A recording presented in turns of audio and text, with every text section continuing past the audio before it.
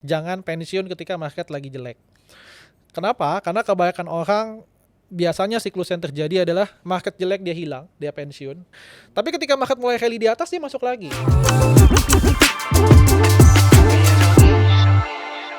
Halo para investor dan trader tanah air, apa kabarnya? Mudah-mudahan luar biasa. Dan kembali lagi bersama saya Bernardus Wijaya di acara podcast Market Cuts and Clips. Podcast ini diambil pada tanggal 13 Agustus 2026 pada pukul 11.30. Dan kali ini kita kedatangan bintang tamu, yakni selaku pelaku pasar yang sudah lama berkecimpung di pasar modal dan memiliki Instagram namanya Koko Cuan lagi. Siapa lagi kalau bukan Koko Nelson. Apa kabar Koko Nelson? Luar biasa. Luar biasa. Oke, Halo teman-teman, support semuanya. Oke, thank you ya udah hadir di acara podcast Sukor. Yes, thank you. Mungkin bisa ceritain dulu nggak Koko Nelson, gimana sih pengalaman Koko Nelson ini bisa masuk ke pasar saham?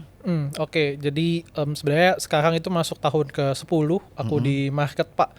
Jadi basically dulu itu pertama kali kenal saham di kampus. Jadi waktu itu ada lomba KSPM ya, kelompok studi pasar modal. Waktu itu nggak ngerti saham sama sekali, tapi iseng ikut. Jadi lebih ke arah apaan sih ini saham? Ya udahlah ngetes aja ikut. Bayar 50.000 per orang bertiga. Nah, sering berjalannya waktu di kompetisi itu ternyata kita belajar banyak hal dan jadi juara 2. Wah. Dapat saldo RDN 1,5 juta dibagi 3 orang. Nah, itu momen pertama kali nyentuh saham dan belajar saham pada saat itu. Maybe tahun 2016 2017 lah ya.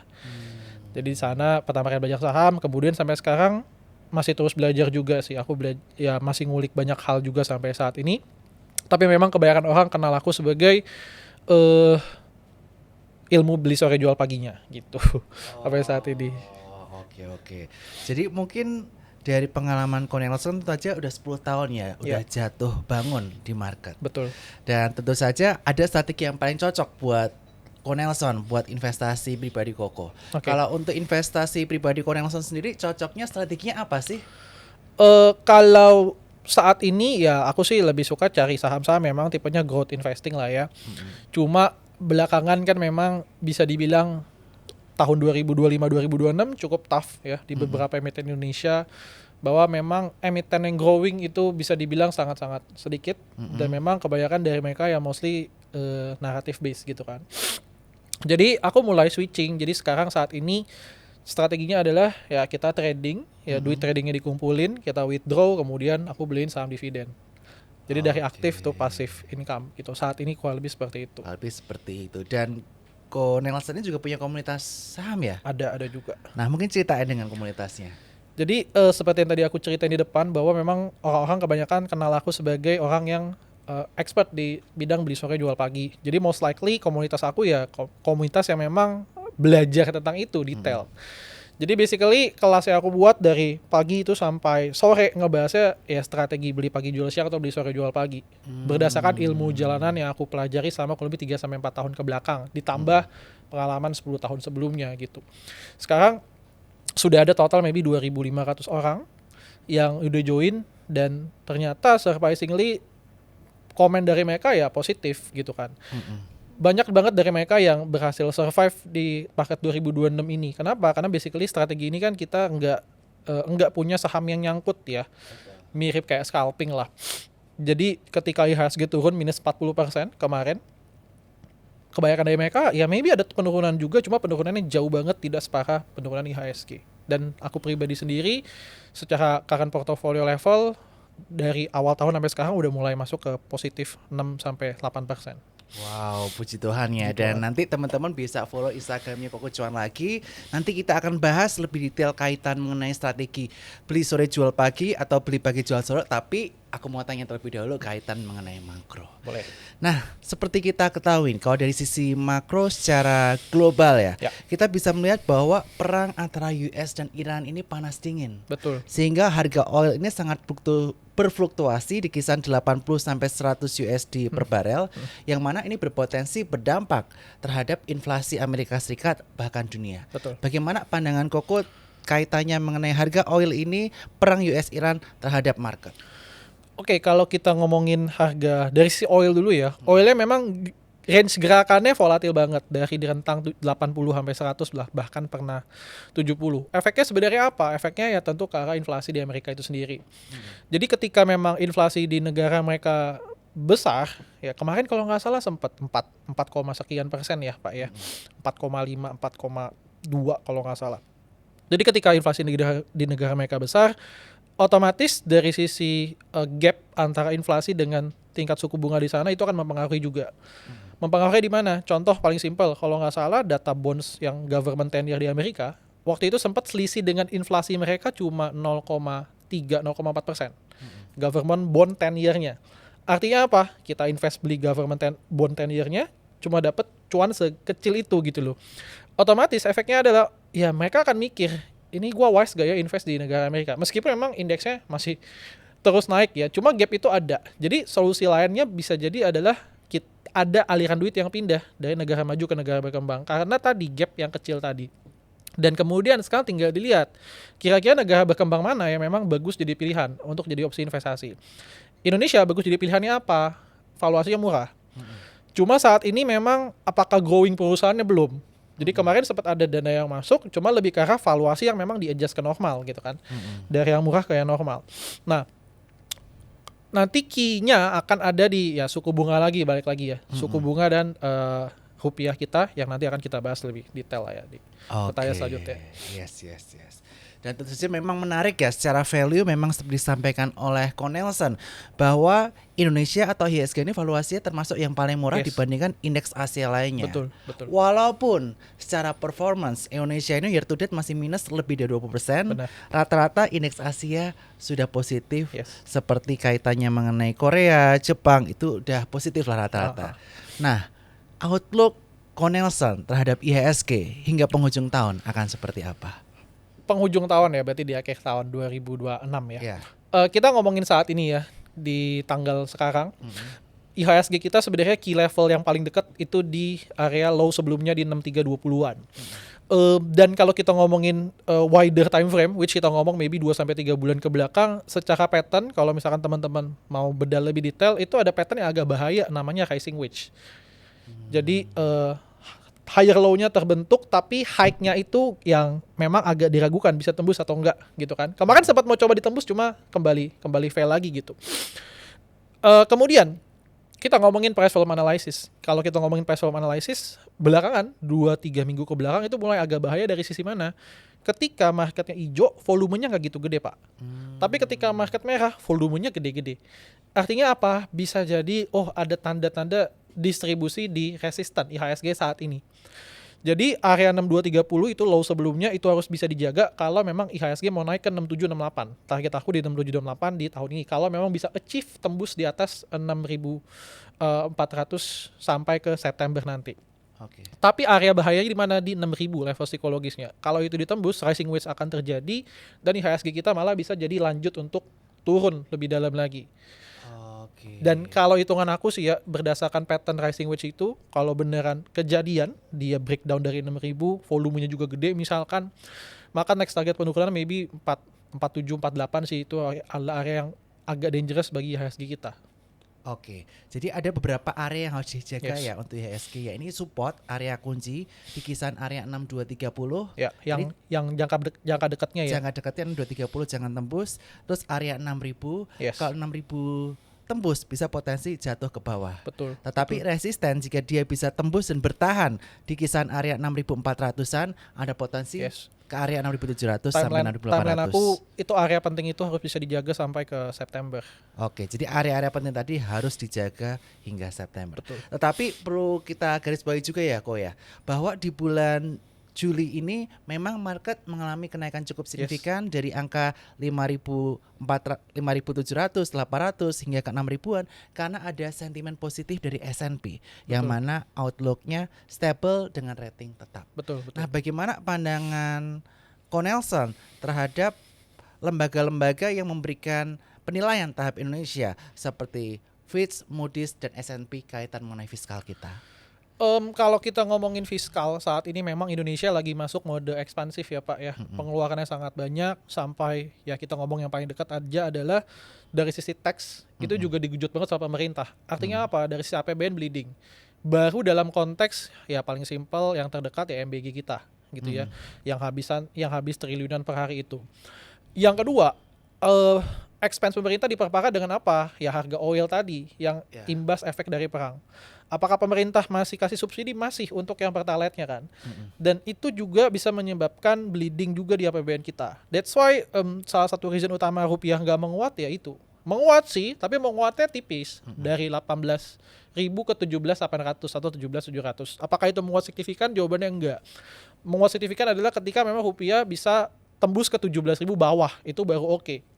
Cuma saat ini belum ada tanda-tanda, dan bahkan menariknya kalau kita ngomongin sentimen kemarin ketika aku lupa hari apa ya, maybe Rabu, minggu kedua minggu ketiga Juli ya, di mana the Fed ada wacana kan mau naikin suku bunga. Rupiah itu lagi di resisten loh. Itu kalau beneran naik suku bunga udah pasti nge-spike lagi rupiahnya.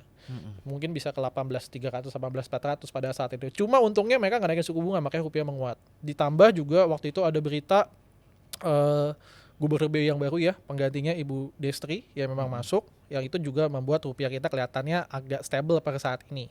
Gitu. Jadi kurang lebih outlook aku seperti itu ya terkait pertanyaan sebelumnya gitu sih Pak. Oke, jadi walaupun ada outlook positif dari S&P, tetapi masih ada beberapa yang perlu kita Ya, perhatikan ya, perlu hati-hati. perlu diperbaiki banyak poin lah ya, kalau Oke. lebih seperti itu, karena memang masih mode-mode ekspansif. Cuma kalau kita lihat sisi positifnya adalah berita negatif itu sudah sangat-sangat banyak dan heavy gitu ya. Jadi kalau kita ngomongin konteks berita, ketika ada satu berita positif yang muncul, itu pasti akan bikin market lebih fresh dan reboundnya juga lumayan gitu. Makanya S&P itu kan gongnya ya, gong berita positif awal. IHSG naik di bulan Juli 12% kalau nggak salah. Iya, betul. Itu bagus banget. Nah itu salah satu contoh ketika ada satu berita positif yang penting, IHSG kita naik. Nah tinggal kita lihat nanti selama Q3 Q4 akan seperti apa ya, mood market, sentimen beritanya, dan pemerintah arahnya mau kemana nanti. Terakhir kan pemerintah sudah mulai mengurangi dapur MBG dan sebagainya. Ya kita lihat nanti hasil fiskalnya di kuartal 3, kuartal 4. Oke, dan tentu saja nanti Cornelson ya tanggal 14 Agustus atau besok ini nih hari Jumat, kita menanti pidato Presiden Yes. Prabowo Subianto juga ya di sidang paripurna DPR. Dan mudah-mudahan ya semuanya berjalan lancar. Aman, lancar, dan bagus gitu ya. Kasih Iya. angin bagus lah buat market lagi. Yes. Dan dari beberapa sentimen yang berpotensi ke arah positif setelah bulan Agustus ini, salah satunya adalah kaitan mengenai adanya pusat finansial di Bali, di mana family office akan dibikinin undang-undang di akhir tahun 2026 ini kaitan mengenai family office di Bali. Kira-kira bagaimana pandangan Cornelson mengenai sentimen tersebut? Itu so far akan menjadi suatu hal yang positif lah ya, karena artinya apa, pemerintah ada concern terkait ya finansial Indonesia juga saat ini. Nah again, semua balik lagi ke masalah apa sih, ke masalah persepsi dan hasil. Karena investor asing itu baru akan masuk ketika memang hasilnya itu positif, bukan cuma planning awal aja. Ada program A nih, mereka akan mikir-mikir, oke, ini programnya impact-nya akan apa. Setelah itu dibuktikan pakai apa? Pakai angka. Kalau angka yang nggak menunjukkan hasil itu, mereka juga akan enggan untuk masuk sih. Tapi so far artinya bisa dibilang pemerintah udah mulai mengambil beberapa langkah yang cukup baik, inline, untuk kemajuan Indonesia itu sendiri. Meskipun memang pada prakteknya masih agak cukup berat dan tentu takes time juga sih Pak, gitu. Ya setuju banget, karena memang yang menjadi concern ya dari para investor asing untuk masuk ke Indonesia adalah yang pertama kaitan mengenai uncertainty policy ya. Benar banget. Karena di bulan Mei tersebut ketika Bapak Presiden Subianto pidato sidang paripurna mengumumkan kaitan mengenai badan satu pintu, market langsung anjlok. Yes. Dari 68 sempat ke paling bottom Betul. area 54. Ya. Dan berbagai sentimen-sentimen negatif lainnya yang berkelimpangan di pasar, bahkan sempat ada tagar sell Indonesia dari Bloomberg. Betul. Tetapi ketika kita melihat media-media yang ada di internasional seperti Bloomberg, mereka mulai ada sentimen positif ke Indonesia, bahwa Indonesia itu udah undervalue dan ada beberapa institusi yang menyatakan akan overweight di Indonesia. Bagaimana pandangan dari Koko Nelson? Ya jawabannya ya benar banget. Kita ngomongin tentang tagar sell Indonesia dulu ya. Jadi waktu itu aku cukup ngikutin. Waktu itu tagar sell Indonesia ini terjadi ketika memang, lucunya terjadi ketika IHSG dekat sama support Pak. Jadi ketika berita yang besar itu muncul, IHSG kita sebenarnya tinggal beberapa poin lagi, beberapa persen lagi ke area support. Nah cukup aneh ketika memang again ya berita itu muncul di, kalau nggak salah yang keluarin berita itu ya fund manager yang kurang gede juga. Lucunya adalah kalau mereka mau sell Indonesia, kenapa sellnya di area support kan? Itu yang agak, waktu itu menurut aku agak aneh, kenapa mereka mau sell di dekat-dekat support nih. Harusnya kan kalau sell ya better di atas dong, supaya mereka dapat cuannya lumayan, dan tapi kenapa mereka sell di support. Jadi bisa aku bilang itu salah satu kepentingan ya. Ternyata setelah berita itu muncul ya nggak lama beneran indeks bottoming dan naik di tanggal 9 Juni kemarin gitu kan. Kemudian tadi pertanyaannya Adalah kaitannya mengenai uncertainty policy. oke. Ya, uncertainty policy itu bener ada nggak? Jawabannya iya. Ya salah satu beritanya ya di DSI kemarin lah ya. Pada saat berita itu muncul, market merespon negatif. Kemudian beberapa hari kemudian ada bilang bahwa ini kebijakan ditunda, langsung naik lagi gitu kan. Jadi memang uncertainty itu sangat mempengaruhi investor foreign ya. That's why porsi mereka sebenarnya ya basically masih net sell sampai saat ini, dan bobot dari MSCI mereka bahkan turun terus ya. Kayaknya terakhir 0,4 ya. 0,4 sampai 0,5%. 0,4 sampai 0,5%. Dari awalnya di atas itu gitu loh. 1% sempat. Agak bahaya sih. Cuma kalau kita ngelihat histori tahun lalu, tahun 2025 ya indeks kita naik sebenarnya, pekan foreign juga dikit ya. Ketika kita lihat nanti ada gak yang sentimen positif dari Indonesia yang ngebuktiin dalam bentuk angka, biasa mereka akan masuk. Dan menariknya, biasa investor foreign itu masuknya di agak-agak tengah, bukan di bawah. Jadi yang cover di bawah ya fund manager lokal dulu ya. Gitu. Oke, jadi betul sekali bahwa saat ini tentu saja pemerintah perlu mengatasi ya bagaimana asing ini bisa semakin percaya terhadap Indonesia untuk memberikan investmentnya. Dengan cara apa? Policy harus lebih certain. Jangan sampai kebijakan yang baru setengah matang digelontorkan seperti kebijakan badan ekspor satu pintu waktu itu ya, sebelum ada aturan atau judicial jelas sudah dikeluarkan. Betul. Ternyata tiba-tiba orang-orang nyangka itu sebagai middleman, ternyata hanya sebagai supervisor atau surveyor only, yang mana itu ternyata tidak berdampak terhadap pelaku usaha yang selama ini ada. Akhirnya market kembali rebound. S&P juga tiba-tiba ratenya positif karena hal tersebut. Market rebound. Betul. Sehingga tentu saja kedepannya ketika menggodok suatu kebijakan harus firm dulu baru disampaikan, begitu ya. Benar banget. Dan juga kaitan mengenai beberapa isu nih seperti RKAP dan juga istilahnya kaitan mengenai beberapa izin yang susah, ini harus dipermudah sehingga kepastian investor untuk berinvestasi Indonesia itu semakin baik. Nah, tetapi tadi saya juga sampaikan bahwa saat ini beberapa media udah mengatakan bahwa Indonesia ini under value, di mana PI kita di average kisaran 10, dan yang kedua adalah udah mulai ada beberapa institusi yang menyatakan overweight di Indonesia. Bagaimana pandangan Nelson? Apakah Indonesia under value? Yes, ya itu sangat bisa dibilang sangat under value ya. Bahkan kemarin sesimpel saham banking Bank Mandiri aja ketika turun mungkin waktu itu bisa ngasih dividen yield 13-14%. Artinya benar ya under value, dan artinya itu bisa menjadi katalis positif bagi Indonesia juga gitu kan ke depannya. Nah, cuma pertanyaan selanjutnya adalah bisa growing atau enggak? Karena dari si fund manager luar sendiri mereka ngelihatnya apa sih? Growth kan. Kalau misalkan perusahaannya tidak growth sementara rupiah kita melemah, ya basically ada trade off di sana, dan mereka akan cenderung untuk enggan nambah investmentnya. Meskipun memang ada wacana mau di overweight ini, cuma ya basically lihat dulu ada growth atau enggak gitu ya. Dan kemudian hal makro lain yang perlu dilihat juga adalah ya dari sisi Amerika juga ya. Kalau memang sesimpel Amerikanya mulai sama ya tadi gap antara inflasi dengan tingkat suku bunga mulai mepet lagi, mungkin bisa jadi ada flow masuk juga ke lokal kita lagi. Nah, PR-nya dari pemerintah sekarang ya basically memperkuat rupiah ya menjadi lebih baik supaya kedepannya dari sisi mereka akan ngelihat ini mulai ada perbaikan, dan perbaikannya mulai menunjukkan angka yang positif. Gitu.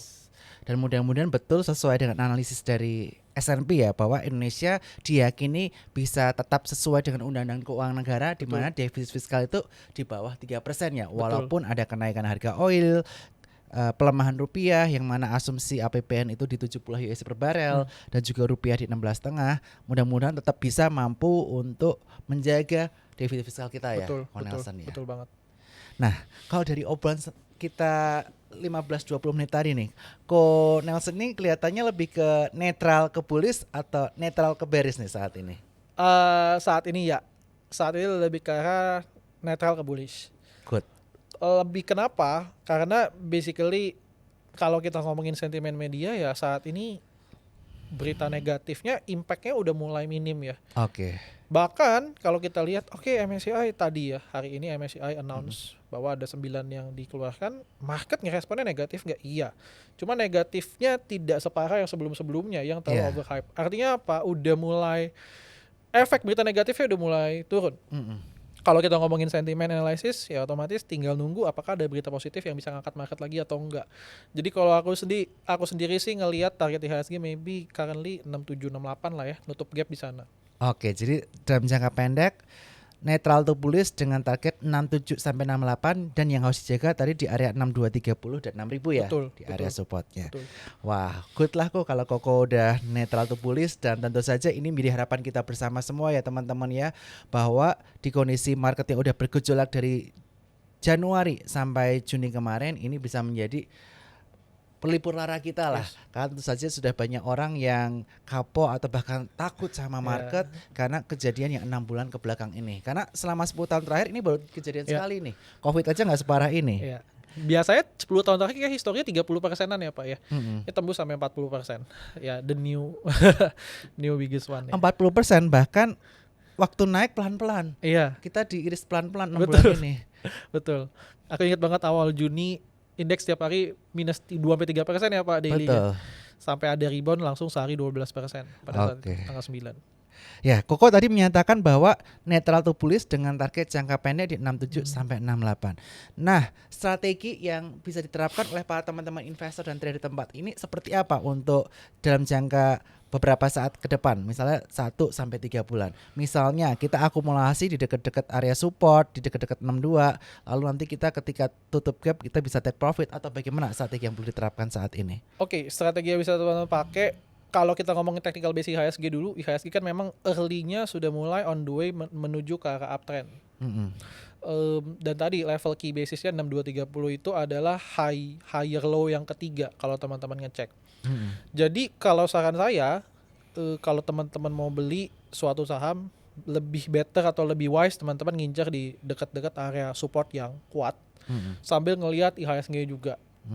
Kalau IHSG jebol support ya otomatis biasanya saham-saham akan turun dari support. Cuma positifnya teman-teman pakai cara ini adalah secara risiko otomatis akan rendah ketimbang teman-teman fokus pakai strategi buy on breakout di resistance.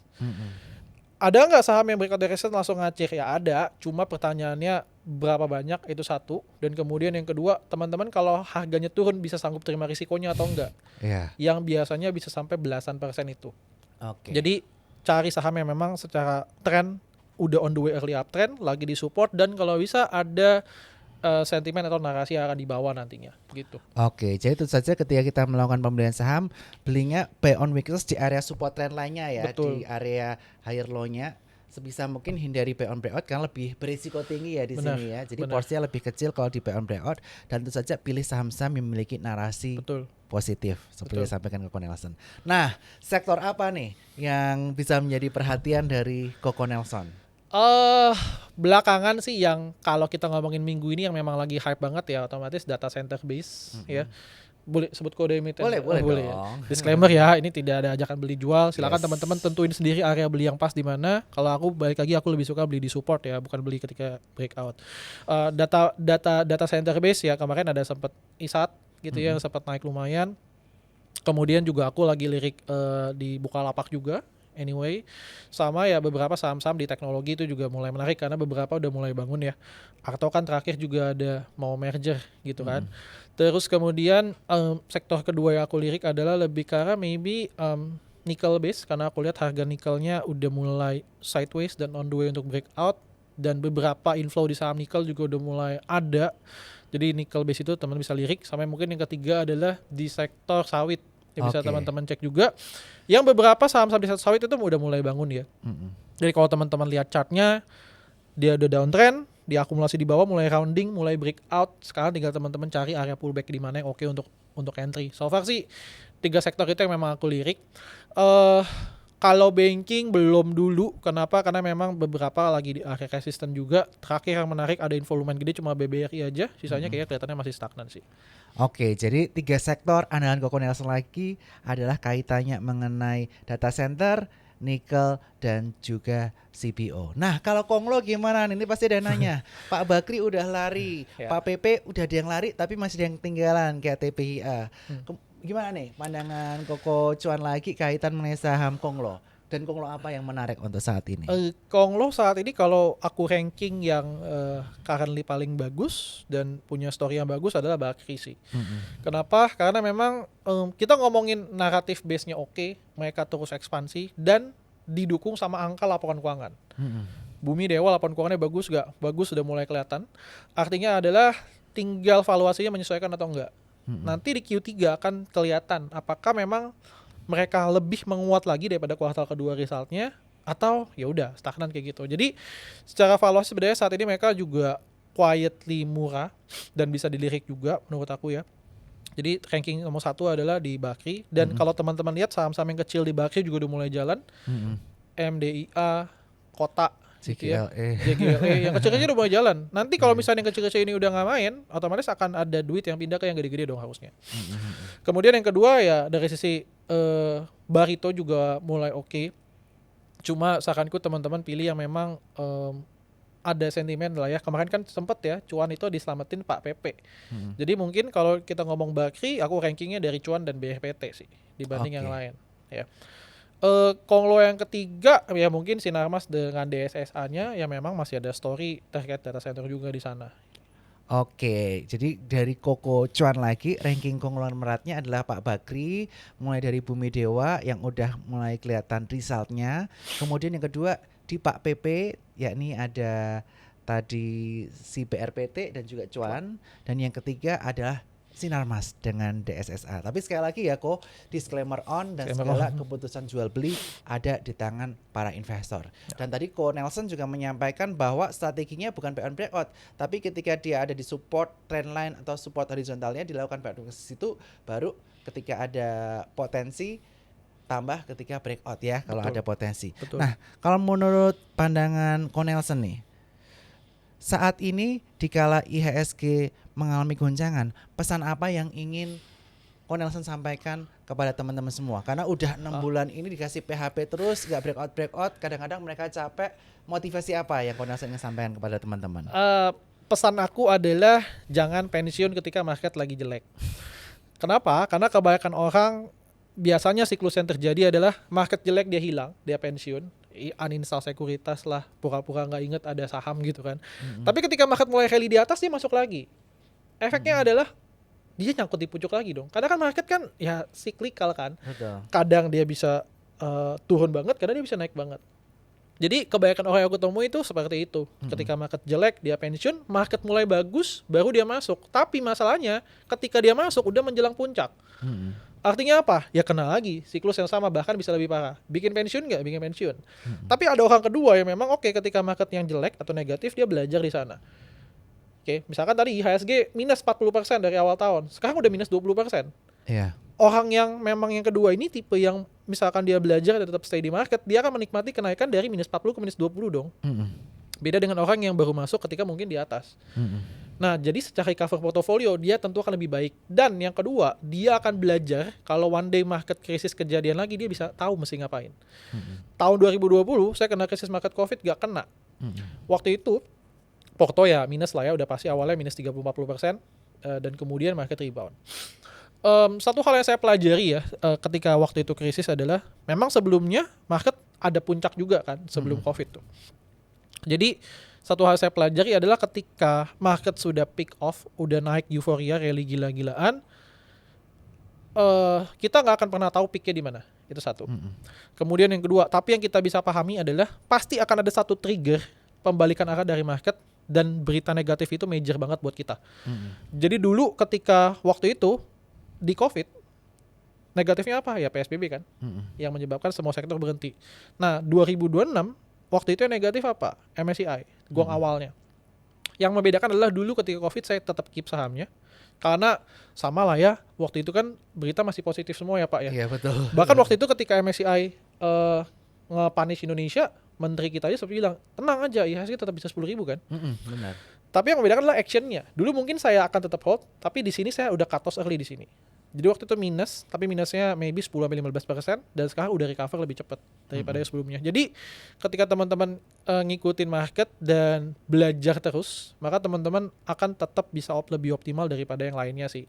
Dan again, jangan pensiun ketika market merah, karena market merah adalah momen terbaik bagi teman-teman untuk belajar, dapat knowledge baru, dan recover portofolio lebih cepat gitu. Wow, thank you Koko Cuan Thank you. lagi. Jadi pesan terakhir dari Koko Nelson adalah jangan pensiun cepat di kondisi market seperti ini. Tapi terus belajar, berjuang karena ini momen untuk kita bisa recover portofolio kita. Kalau kita bisa mempelajari dengan tepat dan menerapkan strategi yang tetap. Dan jangan lupa follow Koko Cuan lagi ya di Instagram, dan ada channel lain nggak, silahkan? Aku ada semua sih, Instagram, TikTok, YouTube, boleh kalau teman-teman mau belajar strategi beli sore jual pagi, aku tiap hari bikin kontennya juga. Oke, sekali lagi terima kasih Thank Koko you, Pak. Nelson buat Thank you. hari ini, dan buat para cuan troopers, para investor dan trader saham Indonesia, terima kasih udah stay tune di YouTube channel Suka Sekuritas, dan see you di konten selanjutnya. Bye bye.